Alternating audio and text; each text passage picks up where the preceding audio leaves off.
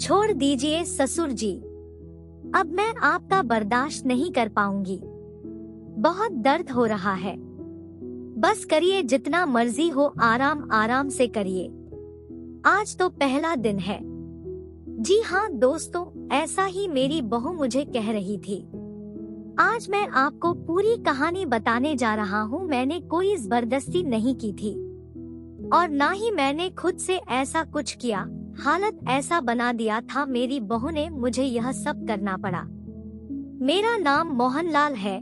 मेरी पत्नी का देहांत कई साल पहले हो गया था। मेरा एक बेटा है जिसकी शादी मैंने जल्द ही कर दी ताकि घर में एक औरत आ जाए। घर में एक औरत का रहना कितना जरूरी है, इस वजह से मैंने अपने बेटे की शादी रुबीना से कर दी। रुबीना को मैंने पसंद इसलिए किया था क्योंकि वह बहुत ही खूबसूरत और अच्छे खानदान से थी। मुझे ऐसी ही बहू चाहिए थी जो रुबीना के रूप में मेरे घर में आ गई। मेरा बेटा पुलिस कर्मी है। शादी के 1 महीना पहले छुट्टी लेकर आया हुआ था। शादी में ज्यादा मेहमान नहीं आए थे क्योंकि यह शादी कोर्ट मैरिज थी, तो सबको मैंने एक होटल में बुलाया था।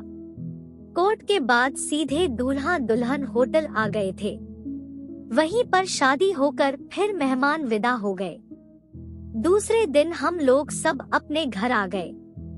मैं भी अपने बेटे की शादी के लिए फूल माला वाले को बुलवाया था ताकि उसका बेड अच्छे से सजा दे, और ऐसा ही हुआ। मैंने कोई कसर नहीं छोड़ी थी। अपने बेटे की खुशियों के लिए घर में मैं अकेला ही था। मैं जल्दी से ही सोने चला गया क्योंकि मुझे पता था कि आज का दिन मेरे बेटे और बहू के लिए खास है। मुझे अच्छा नहीं लगा कि मैं देर रात तक जागता रहूं और मेरे बेटे बहू की प्राइवेसी में खलल पड़े। रात को अचानक नींद खुली तो मेरे बेटे और बहू में लड़ाई हो रही थी। मैं हैरान हो गया। शादी के पहले ही दिन लड़ाई। मैं बीच बचाव नहीं करने गया। मुझे लगा खुद ही यह दोनों अपने आप को ठीक कर लेंगे, पर ऐसा नहीं हुआ। वह दोनों लड़ते लड़ते मेरे कमरे तक आ गए। मेरा बेटा बोला, आपने मेरे लिए एक ऐसी लड़की ढूंढी है। यह कहती है कि तुम्हारा बहुत छोटा है। मेरी जिंदगी खराब हो गई। कहती है मुझे कुछ भी नहीं हो रहा, मैं तुम्हारे साथ नहीं रहूंगी। मैं वापस चली जाऊंगी उस इंसान के साथ। मैं कैसे रहूंगी जो मुझे खुश न कर सके। जब तुम पहले दिन ही मुझे खुश नहीं कर पा रहे हो तो पूरी जिंदगी क्या करोगे। मैं हैरान हो गया। समझ नहीं आ रहा था मैं क्या बोलूं। मेरा बेटा बहुत गुस्से में था। दोनों एक दूसरे के ऊपर कीचड़ उड़ा रहे थे। मैं समझ नहीं पा रहा था कि लड़की जो पहले बार बहू बनकर आई है और उसका यह रूप देखकर मुझे बहुत गुस्सा आने लगा था। मैं अपने बेटे को बोला सब ठीक हो जाएगा और बहू को भी बोला सब ठीक हो जाएगा। आज का दिन ऐसे लड़ाई करने का नहीं है। तुम दोनों एक दूसरे के लिए नए हो, इस वजह से ऐसी दिक्कत हो रही है। आगे जाकर शायद ऐसी दिक्कत नहीं होगी।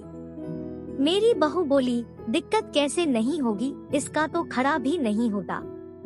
मैं अपने बेटे को पूछा, क्या बात है बेटा? उसने बोला, पापा मानता हूँ मुझे अभी दिक्कत है। पुलिस की ट्रेनिंग में चोट लग गई थी, इस वजह से अभी दिक्कत हो रही है। डॉक्टर ने बोला है कुछ दिनों में ठीक हो जाएगा। इतना सुनते ही मेरी बहू और भी ज्यादा आग बबूला हो गई और बोली, जब तेरे में दम नहीं था तो मेरे साथ तुमने शादी क्यों किया?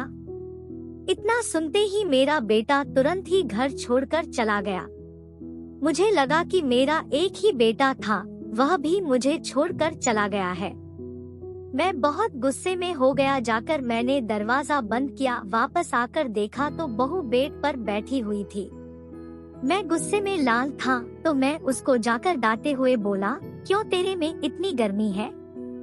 वह बोली, अगर है तो क्या करोगे?